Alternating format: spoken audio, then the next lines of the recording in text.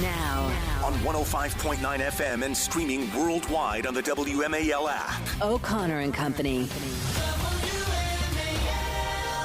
It is 5:06 on O'Connor and Company, America's morning show. Some call it a dynasty because, honestly, Julie Gunlock, we've won back-to-back world championships. I'd say 3 out of the last 5 years here on O'Connor and Company.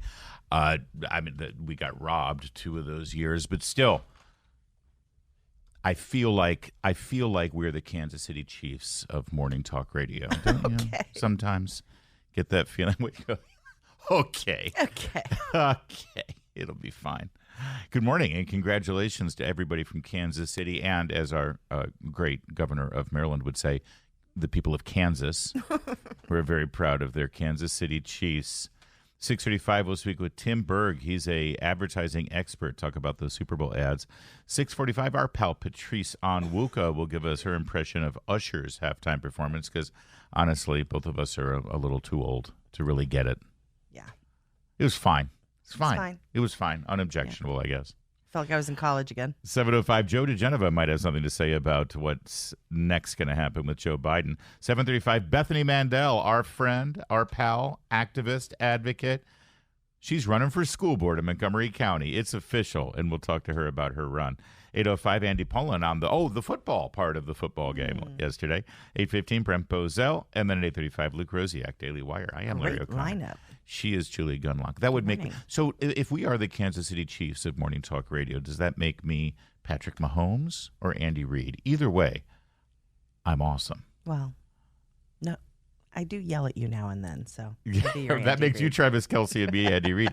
I couldn't believe that moment. Honestly, if the Chiefs had not won, everybody would be talking about the meltdown of Travis Kelce on the sideline with Andy Reid. It was not a good look, a horrible look, in fact. It was really shameful, especially for young people watching the game. That's not how you behave. That's not how you treat authority and respect authority. And your coach. Honestly, I mean, Andy Reid would have been completely, justified throwing him out. Just saying, all right, you're done for the day. If it weren't the Super Bowl, and if he weren't one of the star draws. He was afraid of Taylor Swift's Swifties. I think technically I would be Patrick Mahomes, though, because Bill Hess is our Andy Reid, right? He's the head coach of this whole operation here. No, we certainly don't. No, we don't. Nor would we. Nor would we ever have reason to. Right. Exactly. Not that Travis Kelce was justified. They did it again, by the way.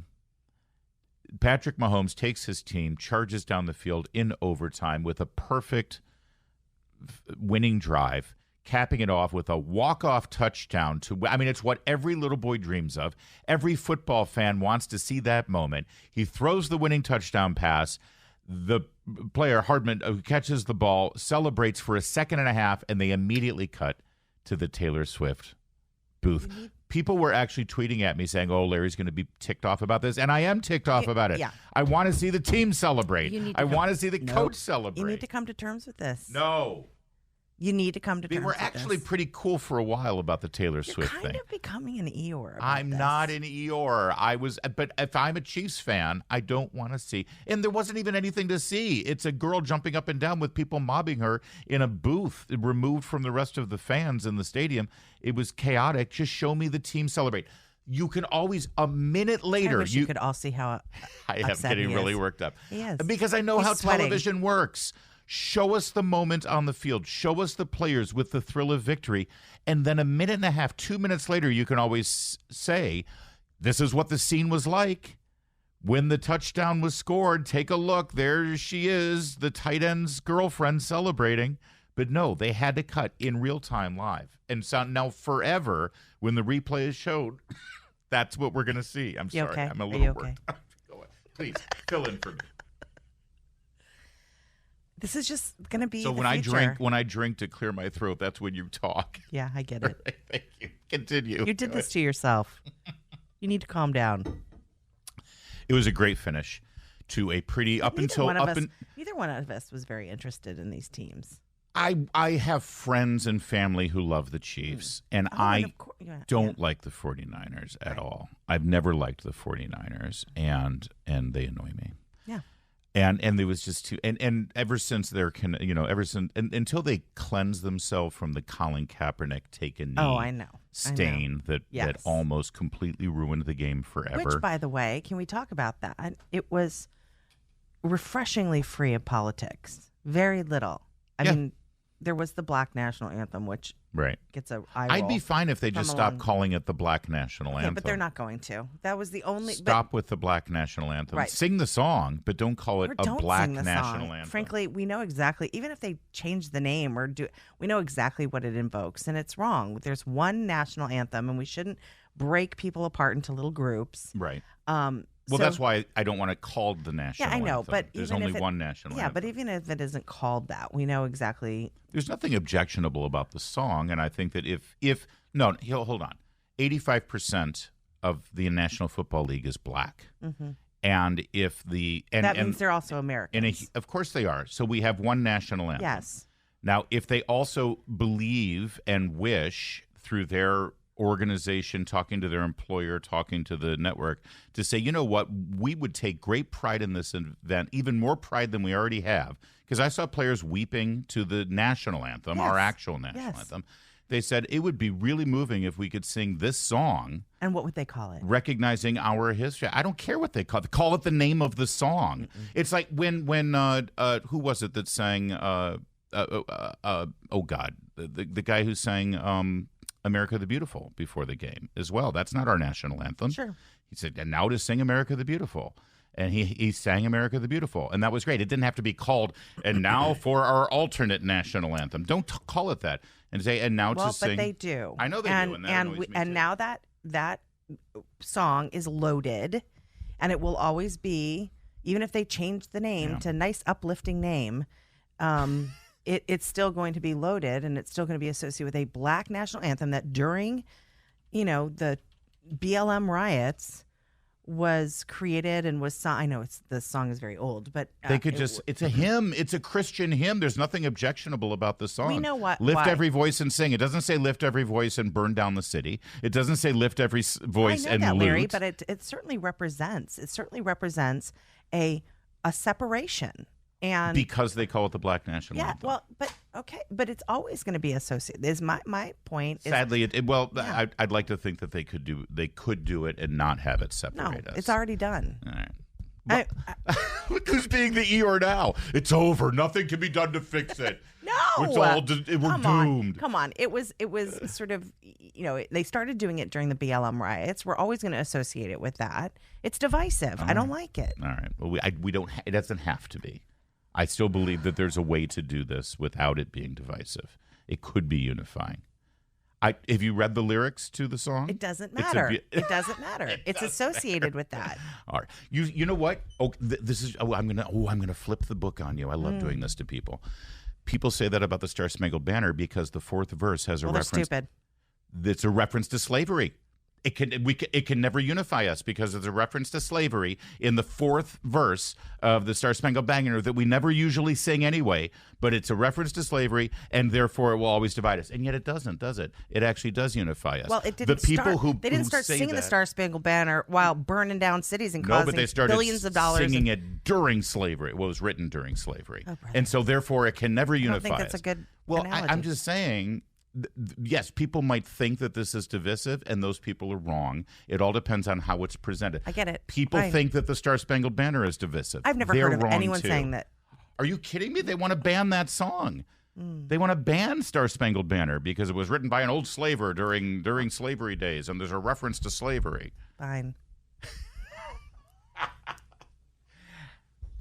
Did you have a good game, though? Did you enjoy it? It was fun, wasn't it? I made excellent food. Oh, good. That's all that matters. Well, there were ads. We're going to talk about the ads. We're going to talk about... They're even using Jesus to divide us in one of these ads. It's ridiculous. Oh, you said it was free. The game was free of politics, but not the ads with that stupid ad. And you're not talking about the one where there's an actual prayer. No, the Hallow ad with Mark Wahlberg and Jared. You're talking about a different one. No, I'm talking about this group that says he gets us. Yeah, that was gross. Twists and bastardizes Christianity. Did David French write that It's one? 5:15 WMAL traffic and weather every 10 minutes. First on the fives. Let's lift every voice and sing to Jamie Whitten in the Hadid Carpet Cleaning Traffic Center. Yes, please. Please do so. Thank you. WMAL. Making sense of the news. Live. From the Home Paramount Pest Control Studios. Home Paramount, the leader in pest control since 1939. Well, Dark Brandon showed up there with you remember, Joe Biden decided not to do a Super Bowl interview like they would normally do, right? This is typical. And lots of critics over the weekend have been this coming off of his disastrous end of week press conference, the report from the special prosecutor that he's lost his complete and total mental capabilities. So they put together a video on social media instead of actually doing the Super Bowl interview. Very scripted. They put together this video with I guess this is a campaign idea or something, what Joe Biden is going to champion here for working class Americans. The Super Bowl Sunday. If you're anything like me, you like to be surrounded by a snack or two while watching the big game. You know, when buying snacks for the game, you might have noticed one thing. Sports drinks bottles are smaller. A bag of chips has fewer chips, but they're still charging you just as much. And as an ice cream lover, what makes me the most angry is that ice cream cartons have actually shrunk in size, but not in price. I've had enough of what they call shrinkflation. It's a ripoff. Some companies are trying to pull a fast one by shrinking the products little by little and hoping you won't notice. Give me a break. The American public is tired of being played for suckers. I'm calling on companies to put a stop to this. Let's make sure businesses do the right thing now. I thought it was a joke when I saw it. I thought it was AI generated too, because he You mentioned this on Twitter. Well, because there's so many jump cuts in this. And tell what a jump cut Oh, a is. jump cut is where, like, even in mid-sentence, there will be an edit. It's very common on YouTube, Instagram. Some people do it deliberately to sort of grab your attention. Oftentimes, it's for people who aren't used to, accustomed to, or comfortable speaking more than a sentence at a time in front of a camera. You can see this on Instagram or on Reels where people reach out to the camera. Yeah. They're like turning it off and turning it if they're doing like it themselves. Right. But that's a jump cut. That's where you can constant, edit it together. Constant edits to put it together. So he probably sat there for an hour trying to get those 40 seconds of words out. You can hear that he can barely articulate them properly. But even beyond that, and the presentation was just bizarre. He looked weird. The lighting was sitting weird. in a theater. They had, well, it was like a green screen to make him look like he was in a theater. But also the message. It's like, he's first of all, he's literally the angry old man. You know, these Dorito bags are smaller than they used to be. Rah, rah, rah. And we've been talking about shrinkflation for, 3 years, really. Because shrinkflation is nothing more than a manifestation of inflation. And if anyone's to blame for this, it's not those big bad companies that I really want them to do the right thing because we're going to. No, it's his fault. He's the one who brought on the economy that brought on shrinkflation. And also, what is he even saying? He's like, I'm going to make this company stop doing it. But he can't. That's why he didn't propose legislation. He didn't executive action. Let's hope companies do the right thing. I'm sick and tired of it. Okay, so you're just an old man yelling. Let's grow the economy. Yeah. Let's grow the economy. Let's grow, jobs. I mean, the idea that this is, I'm going to make them stop doing it. Like, but he didn't even say that. Right. He didn't say I'm not going to make them. He has absolutely no proposal here. Right. In any way whatsoever. And here. Some companies are trying to pull a fast one by shrinking the products little by little and hoping you won't notice. Give me a break. The American public is tired of being played for suckers. I'm calling on companies to put a stop to this. I'm calling on companies. What does that even mean? Oh, okay. Thanks for calling. Yeah. Bye-bye. Yeah. And can I just remind everybody once again and reiterate the lie that this guy is some sort of, just a regular old Joe, just a good guy who's just trying to bring us all together. Once again, he decided, let's put out a message for Super Bowl. Dividing us. It's the big bad corporations versus the little guy. It's like everything about this man's political messaging is dividing us, or at least the people who are surrounding him, because he doesn't even do anything anymore, this guy.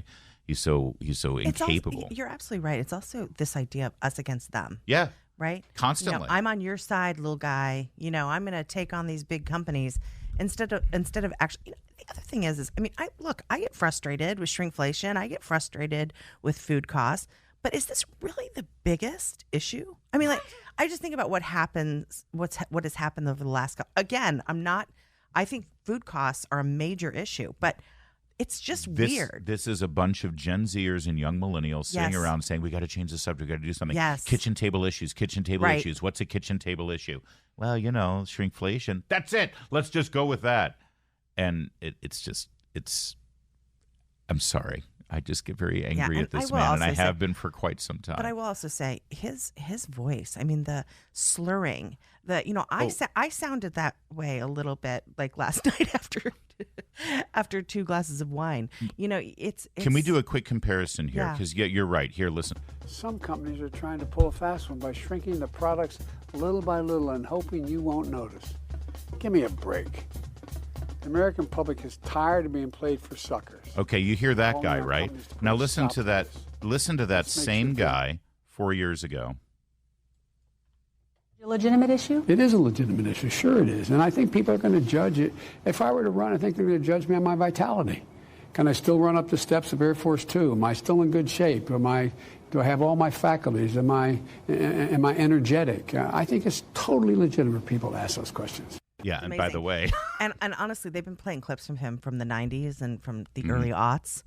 Astonishingly different. yeah, and by the way, that was 4 years ago. Telling Nora O'Donnell, of course, whether I can complete a sentence, whether I This can go matters. upstairs, that's a completely Legit. legitimate issue. But this weekend we were told, "How dare you? How dare you, sir? Even raise the question of his age and capability." It's 5:23. 5:34 here, Julie Gunlock. So people tune into the Super Bowl to watch Super Bowl ads, don't That's they? right, yeah. And we need to That's talk why about I them. do. Some of them were and the halftime show. Yeah. And then the game starts. Oh, we can go back to, Yeah. scrolling Instagram or whatever it is people do. We're going to talk about those ads right now. Although I do want to remind you, coming up at 6:35, Tim Berg is an ad expert. He'll tell us which ones really hit, Cool. which ones didn't. 6:45, Patrice Onwuka on the Usher halftime show. 7:05, Joe DeGeneva. I've been chomping at the bit to talk to him about the special prosecutor's report on Joe Biden. 7:35, Bethany Mandel running for Montgomery County School Board. 8:05, Andy Poland on the game. 8:15, Brent Bozell on the media coverage of Biden. And then at 8:35, Luke Rosiak with a new scandal coming out of Northern Virginia schools. So Wow. that's a loaded morning Yeah. here. Probably the ad that got most people. If you're going to evaluate a Super Bowl ad based on its impact and based on the buzz and based on the discussion, I guess you have to give it to the people who put out this "He Gets Us" ad. They did one last year at the Super Bowl, and it's about he is Jesus, by the way, in this case, and it's all about Jesus and applying what the people who put up this ad believe to be Jesus' Modern. overall message Yes. and sermon to the world. Now, last I checked, Jesus' message, the gospel, was the kingdom of God is at hand. Repent of your sins and be saved by believing in Jesus and putting your faith in him and his resurrection. It's a thumbnail of the gospel. Not according to these people. For these people, it's all about, being tolerant of every left-wing, blasphemous, sinful behavior that is out there. And to depict it, what they did was they showed individuals washing the feet. For instance, there was a woman washing the feet of a pregnant woman in front of a Planned Parenthood clinic, suggesting this woman is going in for an abortion. Jesus would wash her feet. It was all about washing feet. Washing feet is a distinctively Christian image right now in our time. Of course, back in Jesus's time, washing feet meant something. It wasn't just isolated to Jesus, but right now we only think of Jesus washing feet. Sure.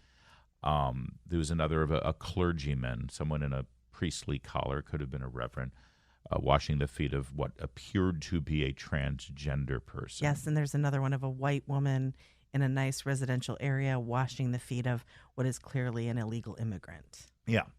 And Getting off a bus. And the message at the end was Jesus washed the feet of friends and enemies. At least that's what they put on Twitter. Jesus didn't teach hate. He washed feet. He gets us, all of us. He gets us, all of us.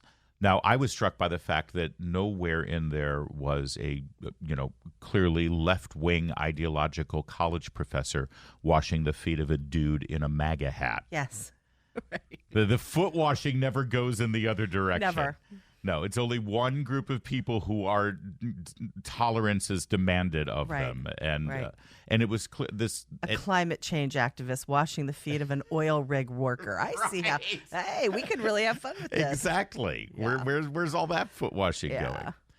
That said, it's biblically, scripturally, and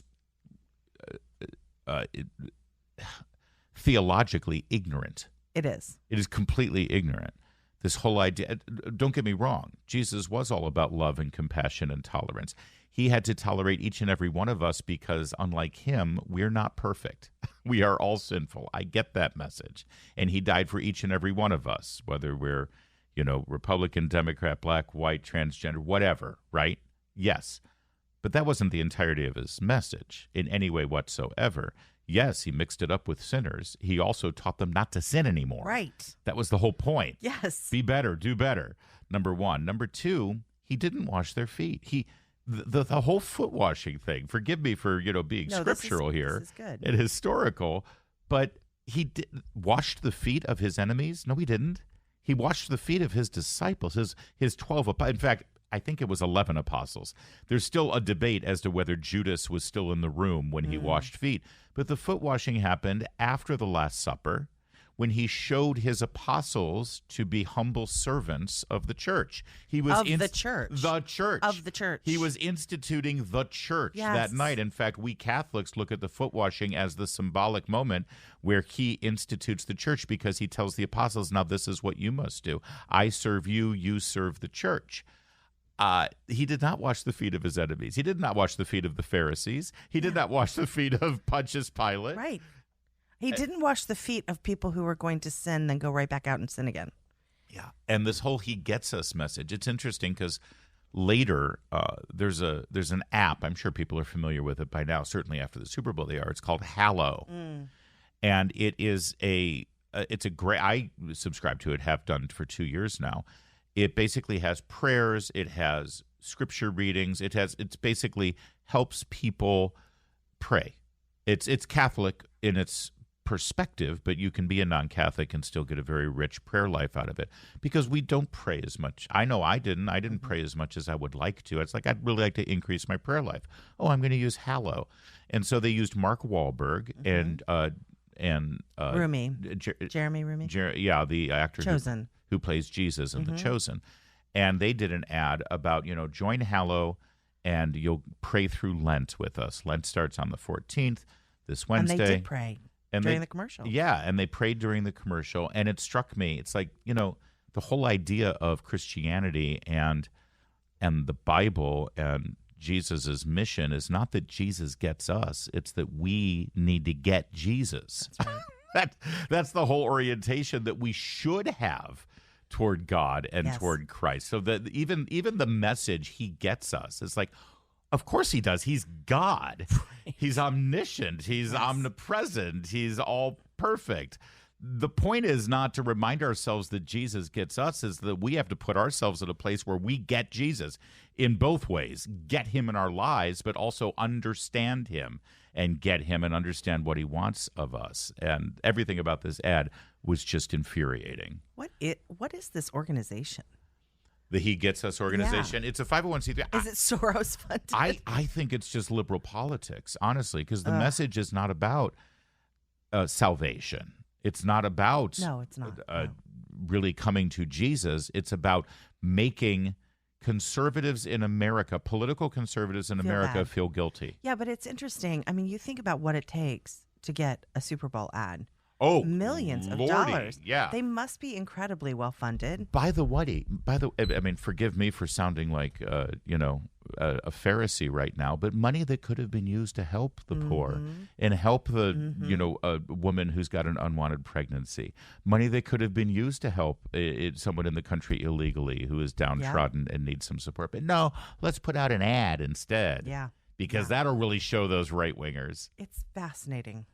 Yeah, I hope they're doing a deep dive into it to find out who's behind the ad and where they get their funding. Something tells me that the nexus between the Lincoln Project, the Bulwark, and these guys are very much in line. Principles first. There's an intersection there. You also you mentioned this morning while we were talking before we went on about the RFK Jr. ad, which was fascinating. We have a clip there, I think. So, and I just want to reiterate, because this is getting misreported. I just saw earlier, actually, with the monitor in the studio, that Fox News is erroneously reporting this. It says RFK drops ad. He didn't. This is a super PAC. This is a super PAC affiliated with the Kennedy for President thing. I actually thought it was him. It isn't. He had no control over the message of this. I'm no apologist for RFK, as I've said before. Sure. I don't want him anywhere near the White House. I think that he's, a radical, a political radical. That said, I understand the appeal of Kennedy. I understand that he's going to damage Joe Biden, so I'm tolerant of his message out there because I think it hurts Biden much more than it hurts Trump. And this is the ad that his super PAC rolled out for him last night. And it's a bit of a visual. I just want you to imagine it is literally an ad from the 60s for his father. And his father's face at various times in the ad is superimposed with RFK Jr.'s face. All right. So you don't actually see Robert F. Kennedy. You see Jr. in the ad as the visual, but it's all done in the style of a 1960s political ad. Kennedy, Kennedy, Kennedy, Kennedy, Kennedy, Kennedy, Kennedy for me. Kennedy, Kennedy, Kennedy, Kennedy. Do you want a man for president who's seasoned through and through? A man who's old enough to know And young enough to do. Well, it's up to you, it's up to you. It's strictly up to you. American Values 2024 is responsible for the content of this advertisement. Even the voiceover guy sounds like he's from the 60s. Yeah. America's for Toys and Liberty 2024. Smart. It is smart. And you know what struck me about a lot of people were taken by it and said, wow, that was great. He actually had to put out a post on X to say, listen, because apparently people in the Kennedy family were offended by this. How dare you draw on the memory of our martyred and They assassin. practically disowned him at this point. And he said, listen, I had no control over this ad. It wasn't my decision. But I loved it. No. I really say he did love it because he posted it himself. Oh, it's funny. And he said, I'm sorry if this hurt anyone's feelings. You know what struck me about it, though, was what a simpler time. That was a 30-second ad for Kennedy back in the 60s, right? And nowhere in there was a mention of policy. Because, and I think we forget this sometimes because we dive so deep. What's this president going to do? What's his agenda going to be? What's his economic plan? What is that? And in most cases, Americans often just vote for the person. Personality, yeah. The person and the personality and how he makes us feel. And, the message in there was somebody with old enough with the wisdom to know, but young enough to still do it. What a great lyric, by the way. And the picture on Young Enough to Do showed Kennedy downhill skiing, which is something that I think it's fair to say neither of the other two presidential candidates might climb be a flight of stairs. It was a brilliant, brilliant ad. And I want to expand on that a little bit more, actually. Again, not a supporter of Kennedy, but it sort of made you feel good, which I think is important for somebody running for office. We'll get to that in a sec. Real fast, though, 5:45. So let's check in with Jamie Whitten. Traffic and weather every 10 minutes. First on the fives. She's in the Hadid Carpet Cleaning Traffic Center. It's people that things used to be kind of great. Yeah, right? It does. Absolutely. Simpler, the fact that it's better. nostalgic is super smart. Yes. And by the way, it applies not only to people who are old, like boomers who are old enough to remember that, but also Gen X and millennials who are the biggest voting blocks because we're kids and we can sort of get it. It felt like Schoolhouse Rock almost. Well, and also just among conservatives, and RFK is certainly attracting conservatives. Weirdly.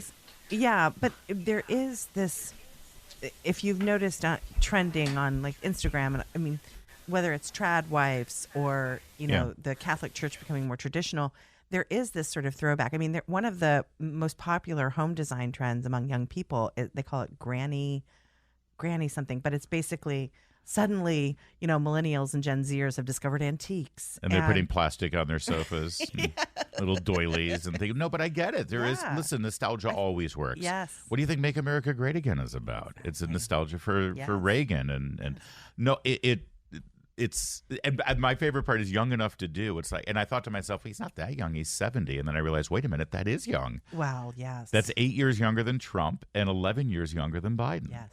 That's wild to think. And he's younger physically. I mean, if you look at him, he is fit, physically fit. The Super PAC was American Values 2024. The co-founder, Tony Lyons, said to CBS, we bought the ad for $7 million for that 30-second ad. Quoting, the panicked D.C. power brokers are working overtime to keep Kennedy off the ballot because they know he can and will end their culture of greed and corruption. They offer us soaring inflation, forever wars, and chronic disease. That was the statement to CBS News. And if anybody's, questioning whether this was a smart ad or what I found this to be a really smart observation. This is by a guy named Peter Hamby. He's a media guy. He used to work in media politics, and now he's the co-founder of Puck, which is a news media aggregation. I think they've got some reporters as well. He said, $7 million to tell 100 million politics-weary Americans that there's an independent candidate named Kennedy running for president. Yeah. If you think that's a crazy waste of money, you probably shouldn't be making observations about politics. Yeah. So, how many people didn't even realize that Kennedy is an independent candidate because he doesn't get as much news? You got 100 million people tuning in for the Super Bowl, and suddenly you see, oh my gosh, Kennedy's son is running.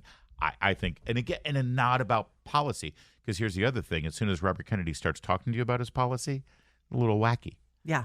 A little Totally. wacky. Like I said, I don't want him anywhere near the White House, but we have to observe that it's a brilliant political strategy, this ad, and hearkening back to this different time, a simpler time, a less, insane time in American politics. Well, it also makes you realize just how closed ranks they are in the Democrat Party. The fact that they, the party power brokers won't even talk to this guy or consider this guy. It's all Biden. Won't Biden, even Biden. entertain it. No, Yes, absolutely not. It is frightening. Meanwhile, Ben Affleck. So, Ben Affleck's now become a spokesperson for Dunkin'. He's constantly doing Dunkin' ads. Well, so he did there was a last Super Bowl. The big ad was him working at a Dunkin' Donuts drive-thru. I didn't see it. think. Oh, okay. Yeah, and now this ad features his wife Jennifer Lopez. It features Matt Damon, His childhood best friend, and it features Tom Brady, who knows a thing or two about Super Bowls. But also, you remember he played for the Patriots, Yeah. which is the Boston. These guys are all Boston. That's Dunkin' true. Donuts is all Boston. Yeah. So the ad is Ben Affleck rolling up with his bros to demo a song for J-Lo's new album. Oh, God, I cannot believe I just made that sentence in real time. She came to my work. Now I got to show her what I can do. He's here. Affleck on the track. What up, Bronx? For your consideration, here comes the Boston Massacre. The Dunk Kings. Touchdown, Tommy on them keys. Player coach. Got it. I'm open. And needs no introduction, my partner. Sometimes it's really hard to be your friend. You said you were going to support me? Dunk Kings. Don't go away. All right, that's all I'm going to give It is Dunkin' funny, Donuts though. this morning. It is funny. Look, the fact that Tom Brady did it was great, and that's Matt Damon was his character was like, I can't believe we're doing this. Ultimately, we love it when big stars make fools of themselves. Yeah. That's exactly what they did. Yeah, they They did. poked fun at themselves. They very much did. And at the end, Jennifer Lopez suggested that she might want to hang out with Tom Brady because they all left the studio, and she's like, "Hey, Tom, you want to stick around?" Which I appreciate. A little wink and a nod to the fact that they have no morals and don't care point. about the commitment of their marriage. That's right. It's fun.